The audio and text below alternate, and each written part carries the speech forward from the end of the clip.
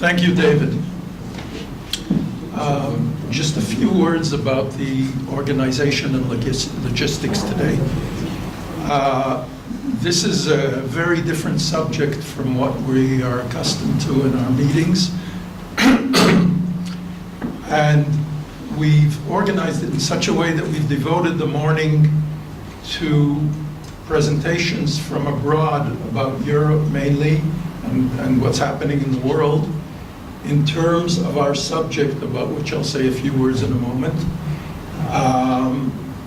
Then this will be followed by a lunch break, not a short one, a fairly lengthy one, so there's time for conversation and networking.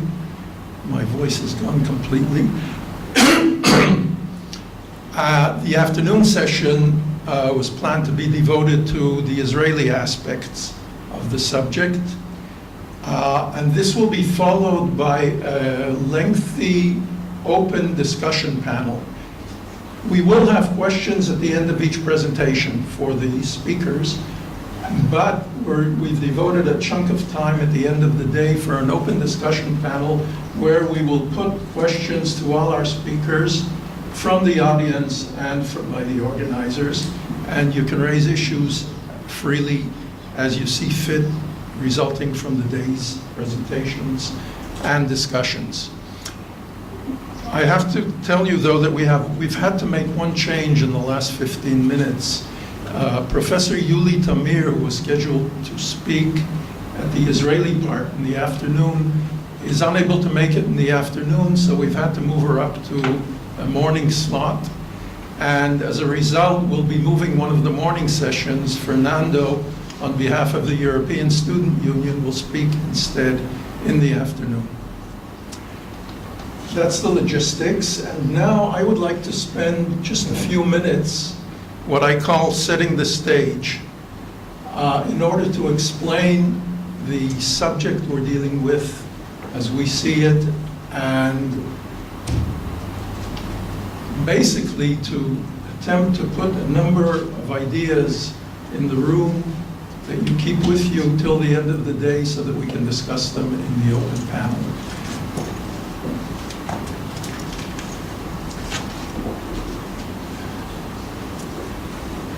Both these concepts, the knowledge-based society and the knowledge-based economy, are very comprehensive and complex concepts. And there's no way I can do them justice in the 3 lines of definitions I've given to each one, but for the purposes of our discussions and presentations today, I thought it might be appropriate to try to capsulize very briefly 2 brief definitions of what we are talking about. Again, it doesn't do justice to the subject, but this is what we're talking about when we talk about the knowledge-based society and the knowledge-based economy.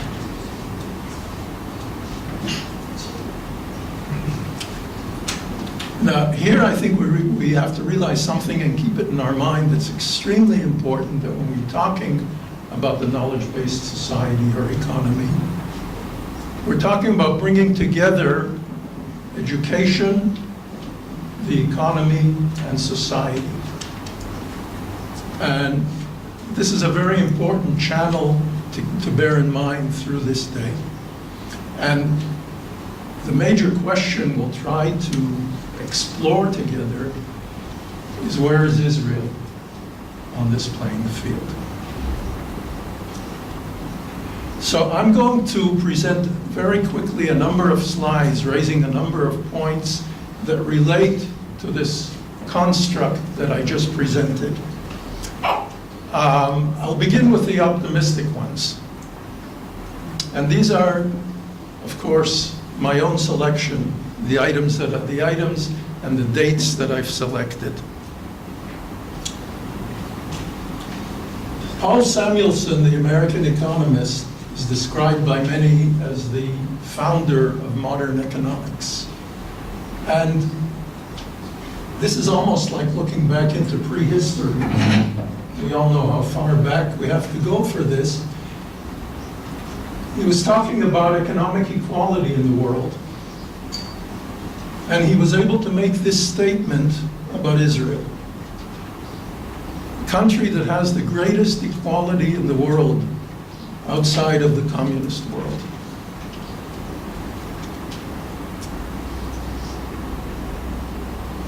I hope you'll keep this in mind. Sorry. The next state we jump to, and I'm sorry that Yuli Amir isn't here at the moment. In July of 2008, let's remember 2008 was the year of the beginning of the historic economic crisis, global economic crisis. And in the summer of 2008, Jan Fiegel, the Commissioner of Education for the European Commission, visited Israel, and together with Yuli Amir, they signed the joint declaration. And this is, after the preamble of that document, this is the first paragraph in the document. The European Commission, the Israeli government, acknowledged the crucial contribution of education and training to the development of knowledge-based societies and economies, etc. And this document goes on. Now, this agreement,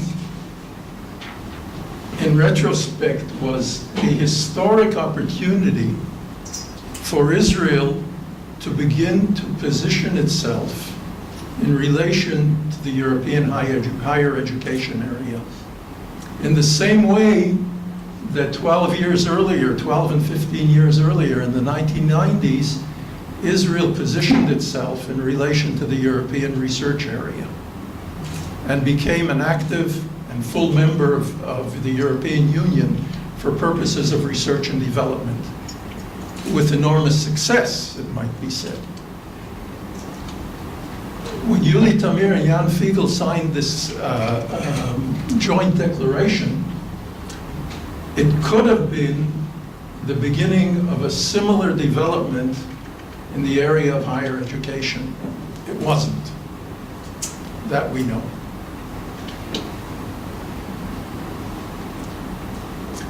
And this is the third date that I mentioned. In June of 2010, Israel very proudly, and we heard about it no end in the media, joined the OECD, that very exclusive family of economically developed countries. So things are looking pretty good from these three slides. Now I'll attempt to show you some of the less optimistic aspects. And I would say that I think anyone in Israel who even casually follows the media and pays attention to what's going on in all aspects of Israel's education, society, and economy, as we just pointed out, is aware of these things. Begin with elementary education, the PISA index. And I've just selected various headlines from different newspapers. But the performance of Israel in the PISA ratings or rankings or index are not very promising. And this is actually, if you look at the Haaretz date, it's from a month ago. This is not history. This is where we are today.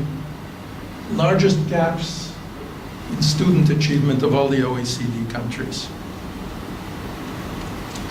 High school.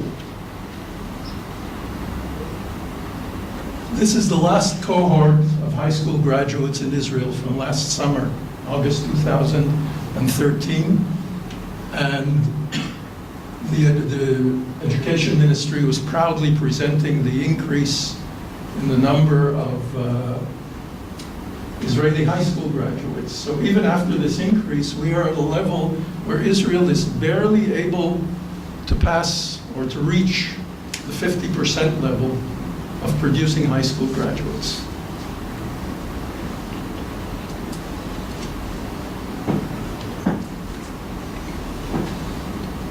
Moving on to the economy, which is part of the triangle we drafted a little earlier. This speaks for itself as well.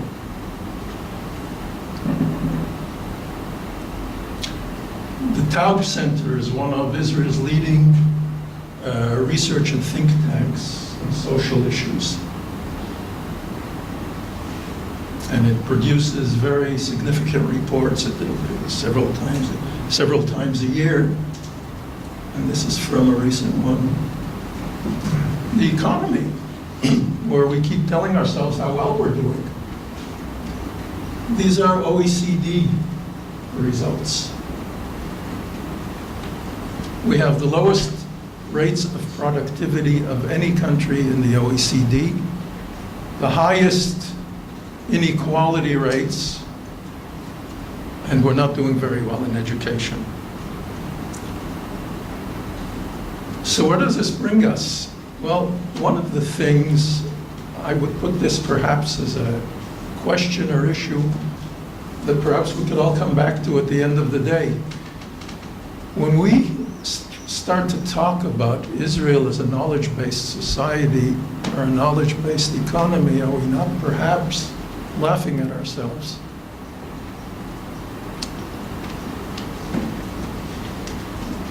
That's, I think, my contribution to the content today. And I'm very privileged to invite Dr. Swan Chow, who is joining us all the way from Singapore as our first speaker today. Swan, please.